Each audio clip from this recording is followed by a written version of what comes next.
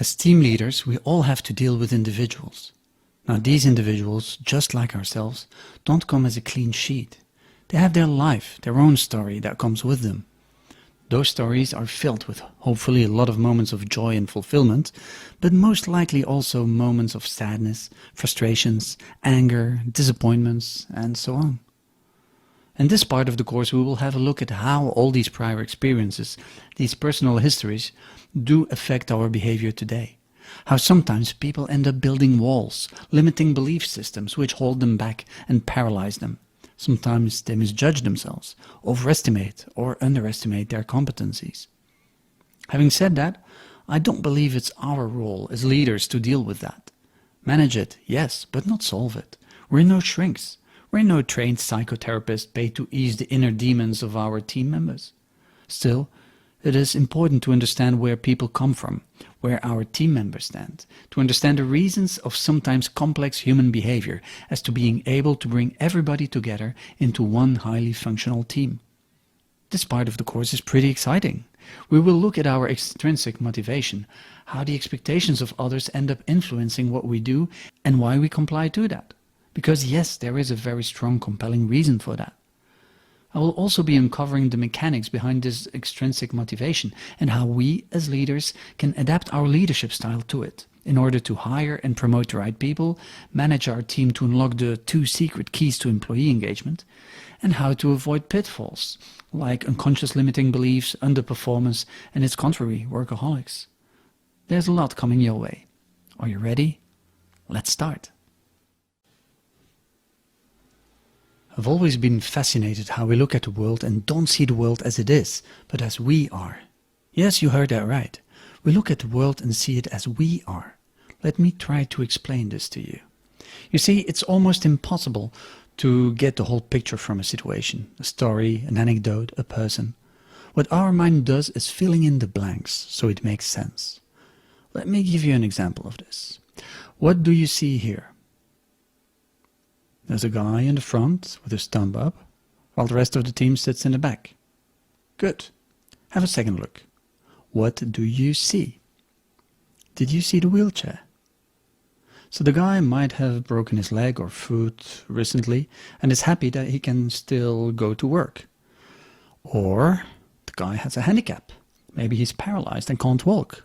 And see, he's functioning all normal and is happy to be part of the team. Now have a third look. Look at the team. They are all ignoring him. There's just this one girl looking at him with a smirk. Would you say the team is happy to have him here? What do you think? Do you have an idea of what happened? Why is the guy in a wheelchair? And why is he so happy? Why are the others ignoring him? And why is the girl looking like that? And what is that little bracelet on his wrist? Now, I'm pretty sure you do have a logical explanation or plausible hypothesis to answer every one of these questions. See, you just did it. It's almost impossible to get the whole picture out of a situation, so we just fill in the blanks. Our mind does this constantly without us even being aware of it. And when our mind fills the blanks, it fills it with what it knows, with what is already inside our brain, fueled by a lifetime of our own experiences. Let me give you another example. In this picture, what do you see? At first sight, let's say someone is getting hired or a business deal just got made. Now, depending on who you are and your own personal experience and belief systems, you will see something different happening. You see, if your worldview and experience is one where men have a leading role, you'll see this manager as hiring a young woman. Now, if your worldview and experience is one where women are empowered and take on leading roles, chances are what you're looking at is a manager hiring a young man. And this is fascinating.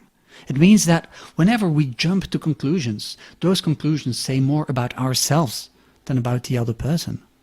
When we judge people, it says more about our worldview than how a situation really is. This is true for ourselves, and it is true for others. Understanding that these comments say more about the person saying them than about the targeted person is like opening a window into their soul. The thing is, We haven't been invited, so we should walk carefully. It's like reading a page of a personal diary. So what do we do with this information?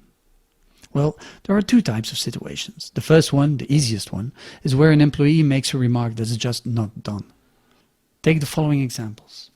Someone making a sexist joke towards another employee, someone making a racist remark, someone complaining that the others are all idiots or incompetent. So we could just address the remark and tell them we don't want to hear this kind of things anymore. They might stop, but they will still think these things and probably say them when we're not around.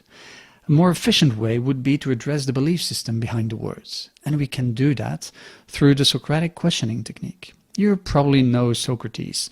He was a Greek philosopher who lived some 2,500 years ago in ancient Athens. There are a lot of great stories about him. Unfortunately, this is not the place to tell them. Socrates is relevant here because in his teachings as a philosopher, he didn't actually tell the people what to think. Rather, he used questions to let people draw their own conclusions, and that's what we can do too. The way we can use the Socratic questioning technique is as follows. First, make sure no one is listening. You're about to have a private conversation with someone of your team and you need privacy, so invite the person to have a talk somewhere quiet. It's important to stay neutral at all times and not express any judgment ourselves. Then explain that you saw or overheard this or that comment that he or she made and you wanted to address that. And from that point onwards, we're just a mirror where the team member can look at him or herself. Basically, what we're going to do is bounce back everything he or she might tell us by asking questions, making him or her think for themselves, reach conclusions themselves about why they've acted in a certain way. Usually people know that their remark was below the belt and not done. So when confronted, they'll retreat and apologize. Once they understand there's a limit they crossed that will not be tolerated, they will adapt to that. But instead of being the patronizing, moralizing father or mother figure, we as leader let them reach that conclusion for themselves. Let's take this hypothetical situation where someone would have made a racist joke. Your conversation could go something like that. John, let's call him John. John, I heard that remark you made about immigrants and would like to talk to you about it. Yeah, it was a joke. Actually, a joke is never just a joke, and I wanted to discuss that with you. Why do you think you made that remark? It was just a joke. It was stupid. I didn't mean anything with it. So, you're saying it was stupid? Yeah. How does it make you look when you say stupid things, John? Yeah, stupid, I guess. I'm sorry, it won't happen again. Now, of course, we could go on and dig further, start to probe why John needs to make stupid racist jokes to make him feel better, feeling validated. We could explore his need for attention through the use of humor and maybe conclude in a lack of self-esteem. But as I said, we are not their psychotherapist, and it's not our role. The thing is, this kind of behavior is typical Paleolimbic behavior. By using the Socratic technique, we force them to use their prefrontal brain, which automatically switches off the Paleolimbic. Now, of course, I took a pretty obvious and simple example. Things can be much more subtle and complex than that. For example, when someone accuses us, or someone in our team, or expresses unjust criticism. This again says more about the person accusing than about our guilt of whatever we're being accused of. Remember, when we don't have all the facts, the whole picture, it's our mind which starts to fill in the blanks. And our mind paints pictures with what it knows, with what it's been through before. A couple of examples. So if you're being wrongly accused of lack of respect, the real question is, why is respect so important for the other person? If you're being wrongly accused of lying, the real question is how lies have impacted the other person's life so much. If you're being wrongly accused of anything, really, it's about how that thing has left its mark in the other person's life. Keep an eye open in your team so that these kind of ghosts of the past do not start to interfere with the spirit within your team. Don't let the past hijack the present. So once you cleared the misunderstanding, the wrong accusation, it would be wise to have a one-on-one conversation with the person who accused the other person. Use the Socratic questioning technique and bounce everything back to them. So for example, so what was that all about? I don't know. I thought he meant something else and was disrespecting me. Did he show disrespect before? Oh no, not really. Have others disrespected you? Sure, that always happens at one time or another. Well, respect seems very important to you. Where does that come from? Well, my education, I guess. Do you always react like that when you feel disrespected? Well, pretty much, yeah. And how does it make you feel? I hate it. I become angry. And how helpful is it to become angry? Not much, I guess. Losing your temper is never good. Did it help you this time? Not really. How do you think the other feels when you react like that? I don't know, hurt, scared maybe? And will that help you two working together? Nah, not really. So what could help restore the relationship between you two? I guess I should go and apologize. Again, I brought this conversation back to its most simple form, and in real life it would be more detailed. But you get the picture. The Socratic questioning technique is a great tool to help individual team members gain insight in their own behavior and help them deal with their own emotions and belief systems. Use it wisely. So, under genetic programming, we dived into our personalities. We saw how our intrinsic motivation is basically a hereditary mix of options that get switched on or off based on the environment we're in. What we're going to see now is that this intrinsic motivation is only the first layer in our complex personality. You see, our beautiful complex personalities are our inner driving force. It's a rough diamond taken out of the mountain. As beautiful and astonishing, that precious stone needs to be carved and polished to be used as a jewelry, to be shown in social settings. So too with our personalities. Now on top of that comes our second layer of what we call extrinsic motivations. Extrinsic motivation is really the experience part, what we've lived through that influences us. Through the very simple but highly effective mechanism of conditioning, we look to repeat pleasant experience and avoid unpleasant ones. It's as simple as that. And a big part of that is our social life. Recent research with brain scans has shown that the brain bases of social pain are similar to those of physical pain. In other words, being excluded hurts. You see, we are deeply social beings. As explained before under herding, this social behavior was born out of a necessity to be better at avoiding danger and facing common threats.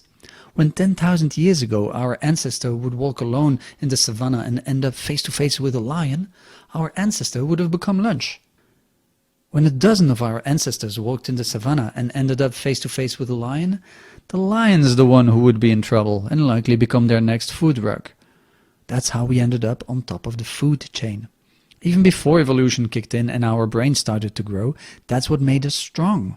Not our claws or razor-sharp teeth, not our strong armored skin or our ability to outrun predators. No, nothing like that. We are social beings, and that's what kept us alive. Now, in order to be social beings and to live together, we had to be able to combine our sum of individualities. As we saw, our Paleolimbic brain kicked in and was able to regulate power struggles within a group, helping to ease internal tensions and bring stability in the group. So we ended up with dominance, submissiveness, marginality and actuality. But that's only half of the story. You see, the real cohesion within a group doesn't come from Paleolimbic behavior. The dominant one reigns through terror and fear. That only generates compliance. As we saw in the lecture on dominance versus leadership, real cohesion through trust is generated on the neolimbic level. This is where our extrinsic motivations, our secondary personalities, kick in. In order to be successful as a group, we need to adapt to each other. The opinion of others as a streamlining, harmonizing force became a determinant factor in the adaptation process of group integration. In other words, the more we were alike, the better our chances of being accepted and staying in the group, and thus benefit from the protection of the group. That's why rejection hurts so much. It's a warning mechanism that we're in danger. We are physically in danger. So yes, the opinion of others mattered. And thus we started adapting our own behavior, our own preferences, and aligned them to the group. The individuals who were the most successful in this adaptation mechanism were the ones who internalized the group norms and values, and by doing this accepted that some of their personality traits would be given up in favor of what was expected from them of the group.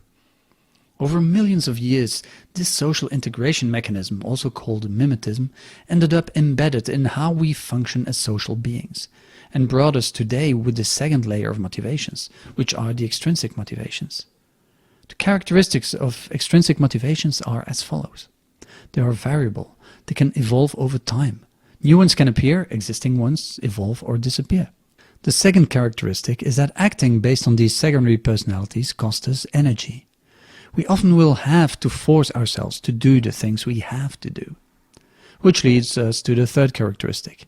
They are result-driven. If the activity is successful, the motivation will be reinforced.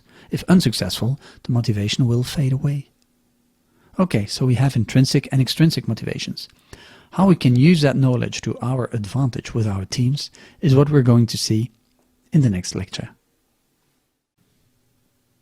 As a manager, knowing what drives your team will considerably make your life easier. It all starts when you hire someone new in your team. Is this person motivated by his or her primary personalities or secondary ones? In other words, is the person you're hiring interested by the content of the job or by something else? This something else could be the financial part, a nice company car, social status, power, a smooth title, the outlook of a promotion, etc. So how can you tell? It's actually quite easy. Match your job description with one or two ideal personality types. Then ask questions regarding the personality, how and when it naturally shows in the candidate's personal life. For example, you need a salesperson. Salespeople need to have people skills and a fighter's mentality, so we could narrow it down to the participative and competitor personality. Begin by asking open questions regarding what activities give them energy and joy in their personal life. Watch out with closed questions, where you already give away what answer is desirable. Questions like, could you give me an example where you were competing against others and that you really enjoyed, is a valid question. However, most of us could find an example of that, and you could end up jumping to the wrong conclusions. Therefore, it's more interesting to ask, for example, where it failed, as the primary personalities don't need results and the person still enjoyed the process. For example, how often do you compete with others? Could you give me an example where you lost a competition? How did you feel? What was your reaction? A primary competitor enjoys the competition. A secondary competitor needs the winning to fuel his motivation. The same is true for the participator. Questions here could be, how often do you spend time with your friends? How important is it for you to connect with others? Could you give me an example of a time where people didn't like you, and how did you feel? What was your reaction? A primary participator enjoys being with others. A secondary participator needs the attention and esteem of others to fuel his motivation. So with your team, try as much as possible to link tasks and projects to primary personalities. I remember this company where the boss asked every employee to be involved in sales. For him, sales came naturally, and he saw it as a competitive advantage to have every single employee doing the same. Now, on paper, that does look good, of course. When he put it into place, it didn't work as he expected. For most of the team, this was a secondary personality type of activity. At first, it led to a lot of resistance. As people weren't quite successful in their sales activity, it led to demotivation. Before long, his whole team was disheartened and bitter. They didn't like their job anymore. Some left. Those who stayed weren't happy. The boss was complaining about their wrong attitude and lack of engagement. Now, one thing is asking people to adapt to change. Another one is changing the job content and asking people to switch to their secondary motivations. Don't be surprised if their overall motivation will drop. Stress will rise. People will react by fleeing, in this case avoidance and procrastination. Fighting, in this case complaining. And freezing, in this case demoralization and absenteeism. Now, of course, not every single thing we do has to be linked to primary motivations. That's just not realistic. In real life, we often are confronted to tasks we don't like and still have to carry out. There is good news though. In your opinion, how much of what we do needs to be linked to our primary motivations in order for the total job to still be enjoyable? Put a number on it. What do you think it is? 80%? 50%? Let me tell you, it's only 30%. Those meager 30% will compensate the 70% of neutral and less pleasant tasks that we have to carry out each day. It means that with only 30% of primary motivation, we will still enjoy the overall picture. Now, don't get me wrong, I didn't say that the target is 30%. No, of course not. It should be as high as possible. The higher the primary motivation, the higher the engagement of your people. Still, it's good to know that there is quite some room for maneuver. Employee engagement. When you hear HR professionals and gurus talk about it, it almost sounds like the Holy Grail. You know, that one magical thing that would make a huge difference and give your organization a definite competitive advantage. I won't make the business case for higher engagement, as today there's pretty much consensus about its benefits. The thing is, everybody stays stuck on how to get there, because guess what? It really is like that Holy Grail. It turns out to be ever elusive, unreachable. Or not. Actually, when we look at it from a scientific perspective, there are two secret ingredients to employee engagement. I'll talk about the first one now, and the second one in the next lecture. As working together was so effective, evolution ended up internalizing that mechanism. Yes, working together is regulated through a hormone that gets produced in our hypothalamus, in our brain. I'm not talking about the pecking order from our Paleolympic brain. I'm talking about the feeling of being part of a group, of identifying oneself with a group. You know, that feeling of belonging. Well, that feeling all comes down to this one magical hormone called oxytocin. Yes, oxytocin. You've probably heard about it under its nickname, the love hormone or the cuddle hormone. I can already hear you think, love and cuddling? Really? What does that have to do with business? Well, it's simple. Oxytocin is about much more than that. Because oxytocin does a wide variety of things. It's not only about love and cuddling. The part that interests us is its impact on emotional, cognitive and social behavior. It impacts our levels of relaxation and warmth, trust, openness and altruism, and psychological stability. Now we're getting somewhere, right? To me, one of the most important characteristics of oxytocin is its ability to neutralize the negative effects of stress. I'm covering this in much detail in my course on stress management, so I won't go into it here. For now, it's enough to know that producing oxytocin lowers the cortisol levels in our body caused by chronic stress. In other words, we become more stress resilient. So our team, under the effect of oxytocin, becomes more stress resilient, works better together, helps each other out more, communicates more openly and is more stable as a group. Another nice effect through the higher group cohesion is the lower turnover of staff. You see, when your people get, at least to a certain extent, their sense of identity out of their work environment, well, you just don't leave that behind. Remember that the pain from social exclusion hurts just like physical pain would hurt. Okay, so we need more oxytocin on the work floor. How do we do that? There is a nasal spray with oxytocin, but please don't go for that option. That's just way beyond wrong. If we want our brain to produce more oxytocin, the answer lies in two simple words: caring and sharing. Yes, I just said that. I want you to care more about your team and to share more with your team. I know some managers say they care, and some of them even mean it, but their team doesn't know it. They don't feel it. So show it. Make sure people know. Don't say it, do it, and then promote that same attitude with your team members. It's not only about you and them, it's even more so about them between them. Have them work together on projects. Create teams where the members depend on one another to do their job. This way they have to communicate more and more openly. Have them share their knowledge and information. Today you can effectively do that through the use of social platforms or other online tools. Give them shared responsibility. Let them own their job as a team, not a sum of individuals. Share the glory. When you get good results, celebrate the common effort. And yes, of course, you can have team building activities, but that should be a nice extra and is, by the way, completely useless if you don't have the other stuff. Oxytocin is one of the two keys to higher engagement. It's also the key to a leadership on a human level, where people matter, feel appreciated and care about their job and their co-workers. So now let's have a look at the other ingredient to employee engagement. Chemicals. We are a delicate chemical soup of hormones and neurotransmitters, going from testosterone and estrogen over cortisol and adrenaline to all kinds of stuff like endorphins and serotonin. Now we won't go into detail for every one of them. We already saw how oxytocin plays a vital role in teams and employee engagement. Well, there's another one I would like to introduce to you, who's equally important, and understanding its mechanism will change the way you engage with your team. And the lucky winner is dopamine. Yes, dopamine. Dopamine is a neurotransmitter that is involved in a lot of things, like attention, for example. You might have heard about the role it plays in developing addictions. When unleashed, it's powerful and nasty. It can ruin lives and relationships. When managed well, it's all about reward and pleasure. When we harness the power of dopamine, we have the potential to give exactly that to our team: reward and pleasure.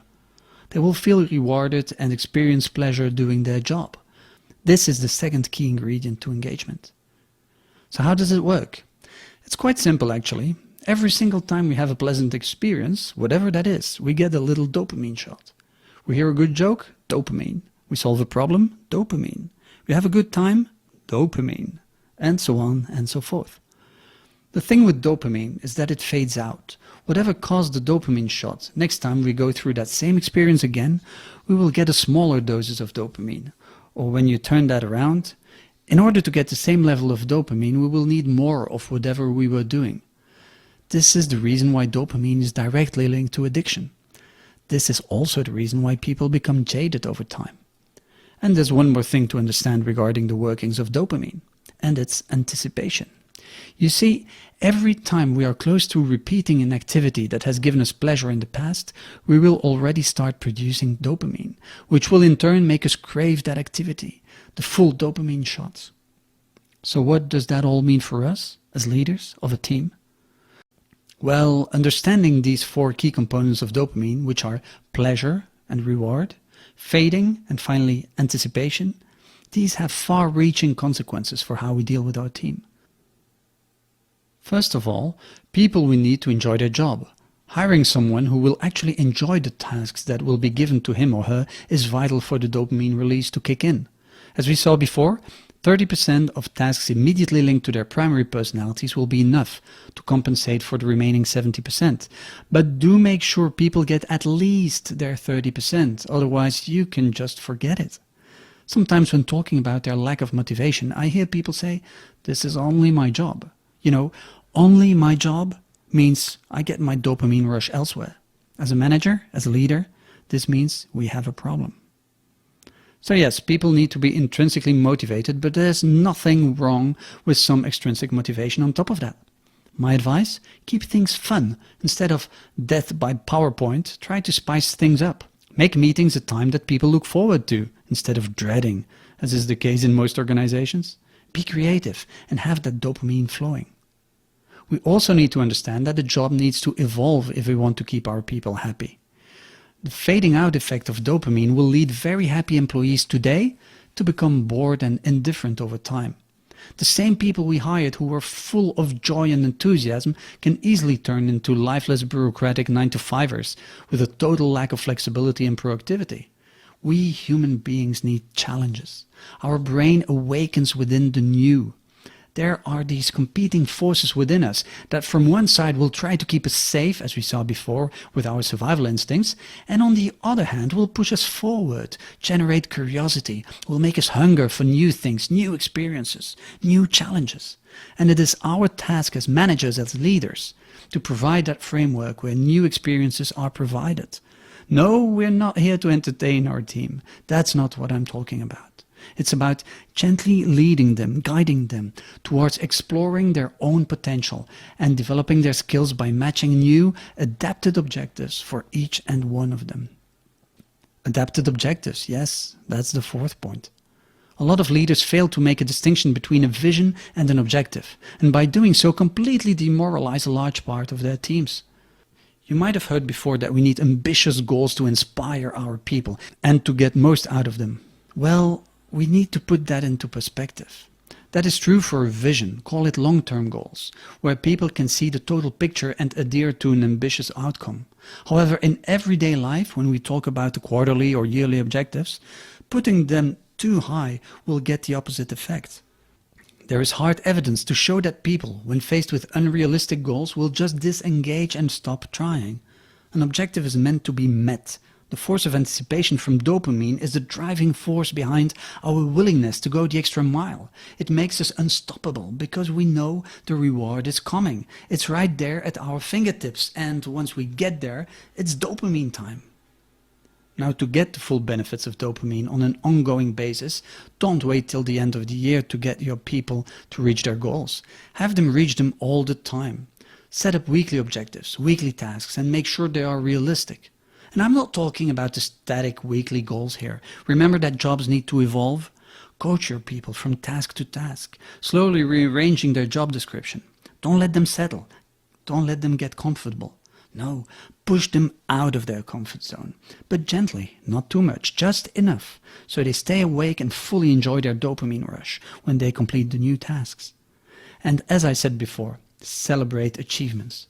There's nothing like embracing success and publicly acknowledging it to create dopamine-rich moments.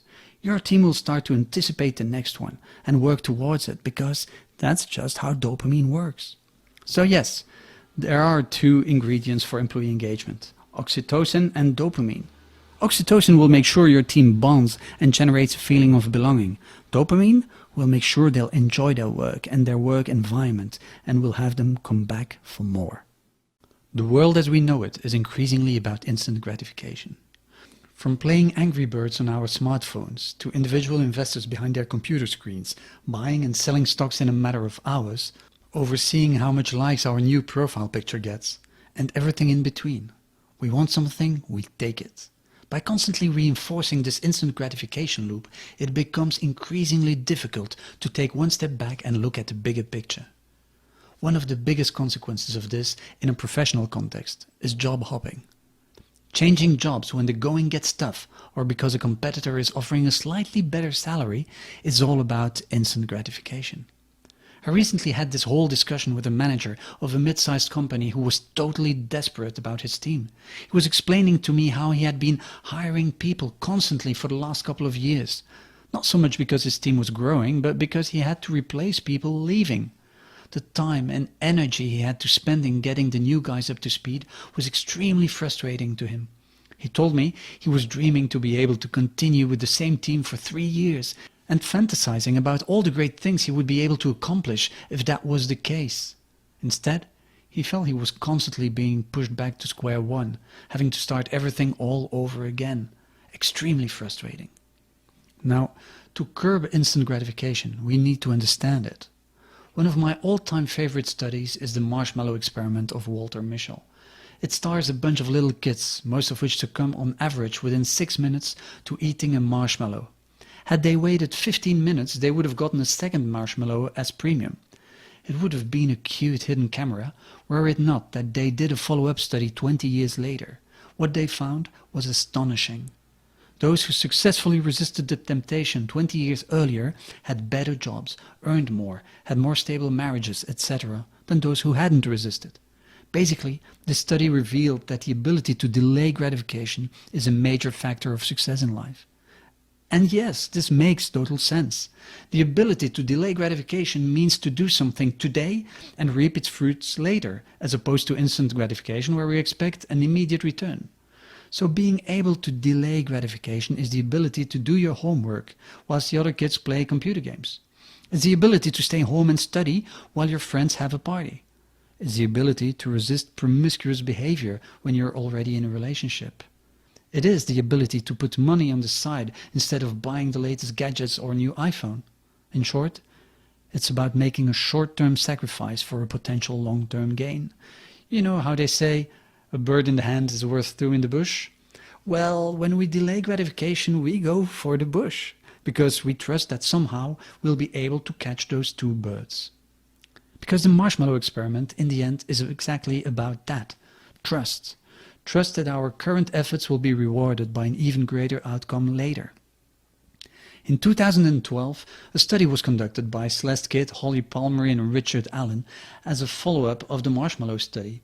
The researchers found that delaying gratification is about more than willpower alone. The key lays in how our worldview was shaped in our early years. If the world was a stable and trustworthy place, we will have developed an unconscious belief system where it is worth to do something now and collect the fruits of your efforts later. If we experienced our world as hostile and changing, our belief system will have encoded to benefit from things immediately, as they probably won't be around for long. Decades later, on a totally unconscious level, our decisions are still governed by this very strong belief system that determines a great deal of our lives. But this isn't final. As always, our brain is not a static entity. Thanks to neuroplasticity, we now understand that the brain is much more dynamic and in constant evolution than we used to think. The biggest consequence is that nothing is written in stone, not the good stuff nor the bad stuff. It means that trust as a feeding ground for delaying gratification is something that needs to be maintained and reinforced. How can we do that? Well, first let me ask you 3 key questions. How many of your team members understand why they are working? I mean, not for them personally, but what's their purpose in your organization? What are they contributing to? Do they know? How real is it to them? We talked about the difference between objectives and a vision before. Well, this is it again. Sure, they know their objectives, but I'm not talking about objectives here. Do they know the vision behind it, driving the objectives? Second question, how important is that vision to them? Is this something that resonates with them? Something that gives them a sense of purpose? In other words, do they connect intellectually and or emotionally with this vision? Third and last question, do they believe, do they trust that you as a leader can lead them from here to there? That you will be able to help them achieve that vision? So the answer to how can we do that lies in these 3 questions. First, we need to explain to our people and constantly remind them about the bigger picture. It must be something real, a living and breathing thing.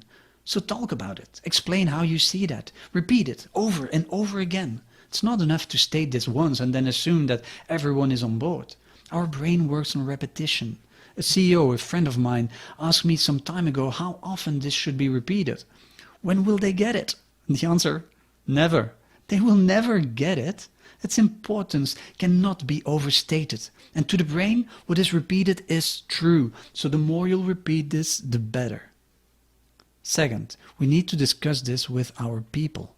Not only tell them, but also ask them how they feel about it, how they understand this vision, how they would get there. Make sure they start making this vision their own, that it becomes important to them.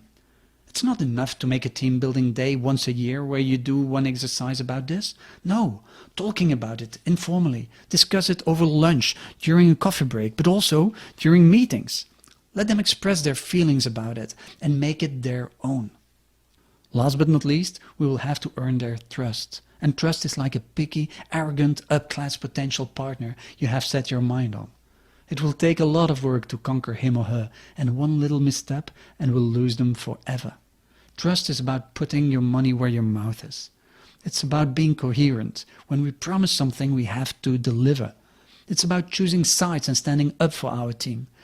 Remember when I said share the glory? Well, it's also about share the pain. Don't play hide and seek. Don't shift the blame. It's not our team and ourselves as 2 separate entities. No. We are part of our team. We are one. Once they'll see that we'll live by that, they'll believe in us, they'll trust us. Remember the oxytocin? It makes us bond. It makes us trust each other. What we need is to trigger that oxytocin once again, caring and sharing, the good and the bad. That's how we create trust. That's how we create a sense of purpose. That's how we stop instant gratification to undermine our efforts. Our prior experience do influence us in many ways. They are part of who we are, of who we have become. Over time, we build our skills and competences. However, at times, sometimes, we aren't capable of evaluating ourselves, these same skills and competences, in an objective way. Welcome to the Dunning-Kruger effect. It's one of my favorites because it's so twisted and makes so much sense at the same time. You'll see. Charles Darwin once said that ignorance tends to beget more confidence than knowledge. In a nutshell, it explains the Dunning-Kruger effect, which is a cognitive bias where incompetent individuals tend to overestimate their skill, cannot perceive the magnitude of their own inadequacy, and will admit to their lack of ability only when they are trained in that particular skill. Conversely, highly competent people rate themselves much lower as they believe that the opposite person is more intelligent than he or she is. This bias has major implications in the workplace. It leads to all sorts of short-sighted decisions that affect our organization adversely. Let's take a look at a few examples of the Dunning-Kruger effect in the business environment. Hiring the right people. One of the areas where the Dunning-Kruger effect is most pronounced is when companies interview new candidates for a position. A lot of unskilled candidates come across as very confident and blissfully self-assured. Consequently, interviewers are impressed by the candidate's self-assurance and tend to overestimate their abilities for the position. Now combine this with the halo effect we saw before and, Houston, we have a problem. This can often lead to disastrous consequences once they are hired, as not only will their incompetence show up, but they will also refuse to see it when they are offered training for the same. The problem is that the skills required for evaluating their own competence are the same as the skills required to recognize competence in others. This means that they will be unable to tell when a more skilled employee points out their mistakes to them. Promotions. A lot of unskilled people are very good at blowing their own bugle. They tend to take credit for team effort, as they have no qualms about claiming to have done more than their fair share of work. It might not be entirely their fault either. A lot of them are not able to see the extent of their non-contribution. Conversely, people who have put in a lot of work tend to be modest and reserved about their efforts. This creates unsavory results when it comes to promotions. Unskilled people keep moving ahead, while the people with vision, ideas and the skill set to execute them are left behind in the same position. Micromanagement. Another common example of the bias is observed in companies that hire senior level employees, only to have them be micromanaged by executives who have very little experience in that domain. It leads them to interfere in the wrong places and bring down the employee morale and productivity. It's a classic case of inefficient management. So how do we minimize the negative impact of this bias? Now this is where it gets tricky, you see, and we end up with a catch-22. Because strictly speaking, it means that if we feel capable of doing something, we might not be. And if we feel another would fit better, we just might be the person for the job. So how do we make sense of that? And if we feel we should do the job, but just humble brag to not come across as being subject to this Dunning-Kruger effect, well, we will still know and might end up feeling like a fraud. So now what? First, let's have a look at who's more susceptible to fall prey to the Dunning-Kruger effect. Subject to overestimate one's capabilities. On a Paleolympic level, that would be dominant behavior and also actual behavior. On the Neolympic level, that would be the extroverted personalities, which are the philosopher, the animator, the strategist, and the participative personality. And one exception, the competitor, who enjoys a good challenge and would go for it. Now, the other personalities could show it too, but only combined with the Paleolympic behavior of dominance or actuality. Subjects who underestimate one's capabilities.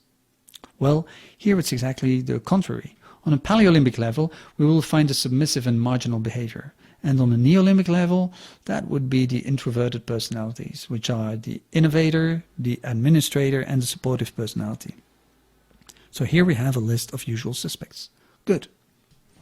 If we believe we ourselves or one of our colleagues could be subject to the Dunning-Kruger effect, a good way would be to organize a 360 degrees feedback, where an external consultant interviews our boss, our colleagues and team members about who we are and how we function.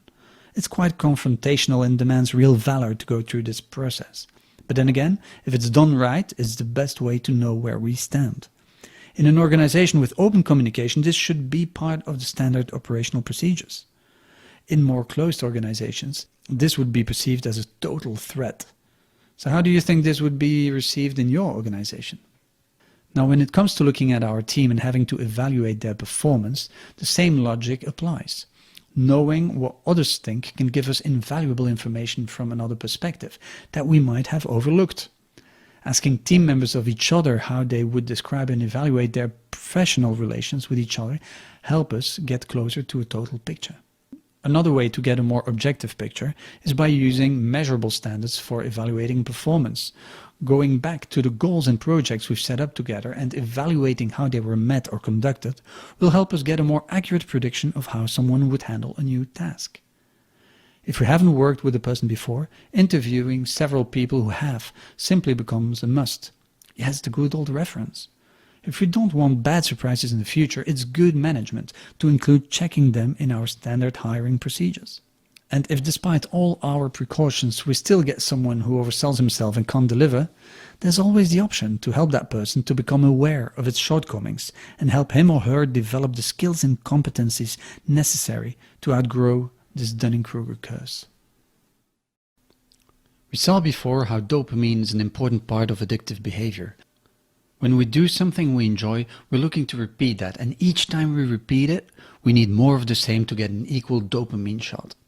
In this lecture, I would like to talk to you about a related, although very different issue: obsessions. When I ask what's the difference between a passion and an obsession, many people look at me as if I just talk to them in a foreign language. They just go blank. There's a very important fundamental difference between both.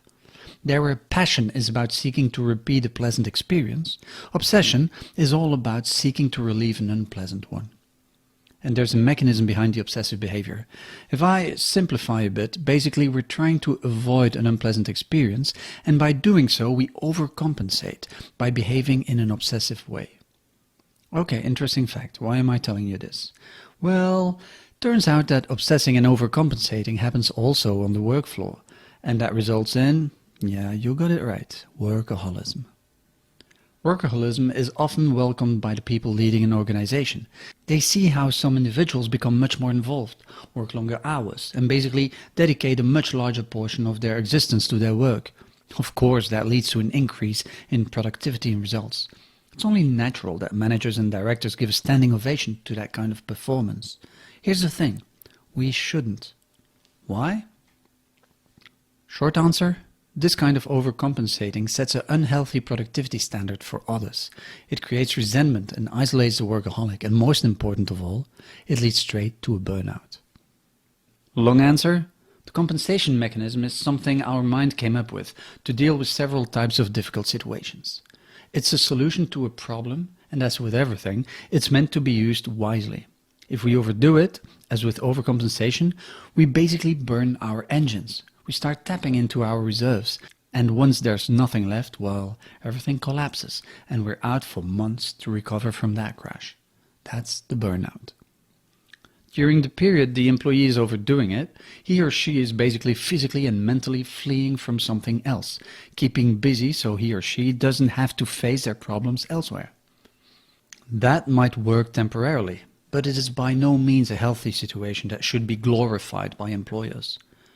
The effect of that on other employees isn't healthy either. Sure, it's totally okay to put a turbo on in periods of heavy workload as an exception, but when this kind of behavior becomes the rule rather than the exception, the consequence is twofold. First, an obsessive person is basically an energy drainer. He or she will exhaust not only themselves, but others around them as well. Second, it gives the impression that the others could do more, should do more. It raises expectations from managers in an unhealthy way, as it is not based on viable long-term sustainable behavior. Both consequences lead to resentment in colleagues, lower morale, lower engagement, and so on. Exactly the opposite what we as leaders are trying to put into place. So in the end, not only will we end up with a good employee in burnout and basically out for several months, but we'll also have to deal with the collateral damage on the team. So what can we do? Well, first we need to identify a workaholic. I mean, that shouldn't be too hard, but it's really about distinguishing between obsession and passion. Most of the time, but not always, an obsession will position itself on top of a primary motivation. It's a tipping point where our passion becomes our obsession. From our natural interest in something, we can grow an obsessive behavior that sometimes needs attention. So how do we recognize that?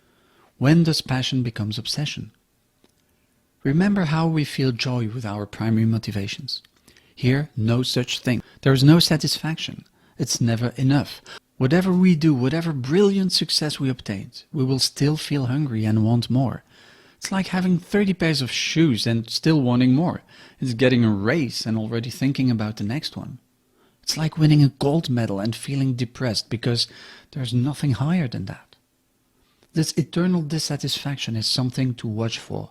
It's easily confused with someone being driven. Here, it's just because you're trying to fill a bottomless pit. Whenever an obsessive person doesn't get what he or she wants, the desire becomes uncontrollable, almost painful. He can't take it out of his mind anymore, thinking about it all the time. The importance of the object of the obsession becomes blown out of proportion. It's the end of the world, I can't live without it. We will usually see very strong emotional reactions, sometimes out of the blue. This is in sharp contrast with the primary motivation, where not being able to fulfill a passion, well, actually it doesn't matter. Too bad, let's move on. Maybe a slight disappointment. No such thing with an obsession. This is a very strong indicator. Discuss the possibility of taking away, even temporarily, the object of the obsession, in this case work. Tell them to take a vacation, to take some time off. The more they fight it, the more likely that person has workaholism issues. Third and last characteristic is the amount of energy that an obsession is demanding. It's exhausting, at least for the others. The obsessive person seems in overdrive, and due to its invasive and repetitive behavior, will be experienced as annoying, boring, and literally tiresome. It's almost as they prey on your energy to be able to go on. This is in no way a sustainable source of energy. That's why it's a highway to a burnout. Okay, so now that we know how to spot and recognize a workaholic, what should we do?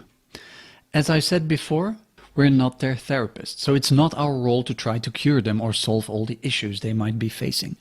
Having said that, their behavior is problematic. If not immediately, at least at medium and long term, so we should intervene. Here's what we can do. The best way in this kind of situation is to blow hot and cold. We should explain to that person how much we value our professional relationship and their contribution, and that we think their engagement is awesome. However, at times it becomes too much and that you're worried that they'll burn up. At that moment, of course, they'll tell us we shouldn't worry, that they can handle it. And at that point, it is important for us to put a clear limit. We can tell them we value balanced employees, and when there is too much work, there is no balance. It is important we make them feel valued for their obsession without letting it grow out of proportion. As they know now our professional relationship with them is at stake, this way, at least with work, they will auto-regulate themselves. We all come with a past, and that counts also for our team members, our employees. In this second section of the course, we've been taking a look at the impact of our past experiences and how to use some of the mechanics behind it to our advantage in order to help us hire the right people and motivate and engage our team towards a more rewarding working experience for everyone. We saw how our own experience colors the way we look at the world and how the Socratic questioning technique can help us diffuse the tension that might generate. We dived into the mechanism of extrinsic motivation and saw how mimetism or adapting to social norms gave us an evolutionary advantage.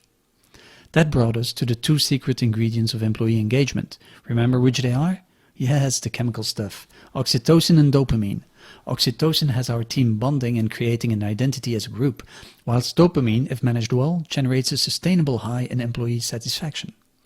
And then there are the red flags. Instant gratification, underdoing it with the Dunning-Kruger effect, or overdoing it with workaholism. How to spot it and how to deal with it. So yes, to a large extent we are all the sum of our prior experiences. The important part here is to remain able to face life challenges without fears from the past and recognize opportunities when they arise. We as leaders have an important role to play. How we guide and coach our individual team members will impact the overall cohesion, collaboration and ultimately the engagement levels of our team. So we can help them evolve and dissipate mental roadblocks by challenging their prior beliefs and make them think for themselves. We can keep them sharp by building upon their past experiences with new dopamine-friendly challenges. And we can help them find their place in the group to be a fully engaged member of the team by setting up an oxytocin-rich environment. Yes, we as leaders can do that, guide them, coach them, manage them, but we can also do much harm. In the next section, we're going to talk about these two sides of the same coin, our impact as a manager.